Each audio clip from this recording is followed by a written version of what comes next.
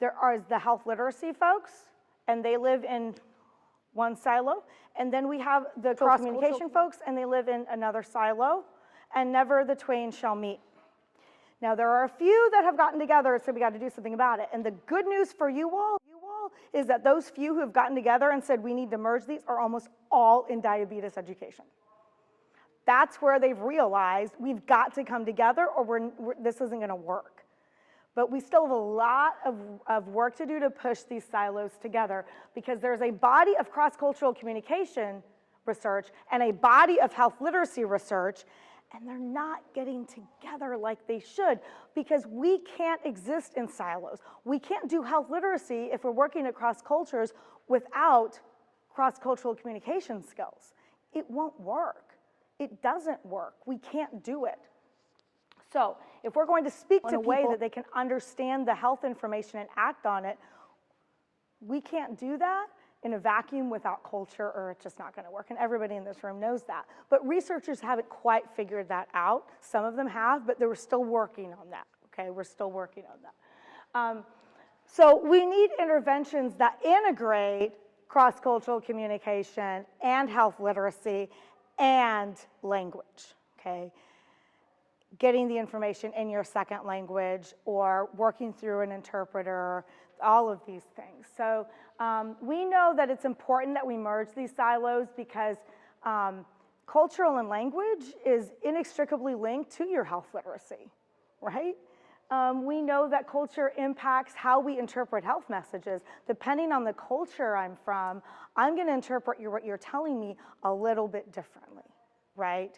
Like, for instance, and it also impacts how we use the health system, how we use health information. So we have to be able to know the culture and what is culturally expected before we can even speak to somebody in a health literate manner. So when we're going through this process of cross-cultural communication, we always have to remember that culture is not a barrier to health. And I'm preaching to the choir, because if you thought that, you wouldn't be here and you wouldn't be engaged probably in the work you're doing. But there's a lot of people that just see it as a barrier. And it's not a barrier. It's an opportunity. And we have to see it that way, or we're going to miss out. If we see it as a barrier, then we miss out on all of the opportunities and all of the ways that this works really well, and all of the good things that we can leverage in a culture to make health education happen. The support of family, the belief in caring for others, all of these things can really motivate us and make it possible for us to adhere to our diet, to our desire to be healthy, to want to keep us going, to want to prevent that amputation so we can run after our grandchildren or whatever. We have to look for these opportunities and leverage them. When we get focused on the barriers, then we don't identify the opportunities. So it's really important to remember culture is not a barrier to health, that in the end, we all want the same things. And when we do get frustrated, and sometimes there are frustrating times, we can always take it back to the most essential elements.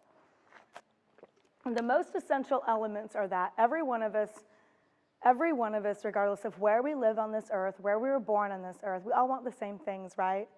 Every one of us on this earth wants to love, we want to be loved, and want to take care of our families.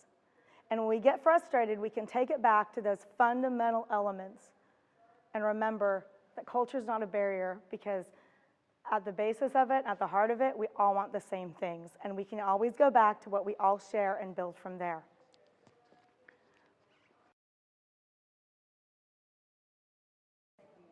Yes, we are biomedical. As a country, we are biomedical. That is our health belief system. Now, some of the populations we work with are magical religious or deterministic or a combination, right? Who works with a population that is magical religious? Anyone have patients they work with who are magical religious? So about 25% of you. Who has patients they work with who are deterministic? Okay, we've got another 10%, absolutely. And we have to remember that within a culture, there are variations too, because remember that whole individualized approach? My father-in-law was a great example. He's since passed away, but he and I are both essentially white people from the Midwest, okay, from blue-collar Midwestern families. And yet we had totally different cultures. He called my stuff CDC logic. You have that CDC logic that you have to go to the doctor and get these flu shots, because he had a deterministic belief. There was nothing you could do about it. And so what is the point, right? Even though we essentially grew up in similar cultures, we had different health belief systems. And you will see that too. And again, no culture is monolithic, right? Goes back to that. So what may be examples of healthcare providers in cultures with which you work? Who are the healthcare providers in the cultures you work? Who works with folks who consider their healthcare, first line of healthcare provider to be somebody other than a physician or a nurse? Anyone? Work with anyone who sees like their herbalist as their first source of healthcare? Yeah, a few, okay. Anyone have like indigenous medicine that they see as their first line? Yeah, we have a few of those, okay. Anyone else? Anything else you can think of where before they go to the doctor, they're gonna try this first? Few? Yeah. My students all have different things, and they're kind of like sheepish about it at first, and then somebody said, well, I mean, I was like in college before I went to the doctor because we just go to my grandma and then she does cupping and it works, right?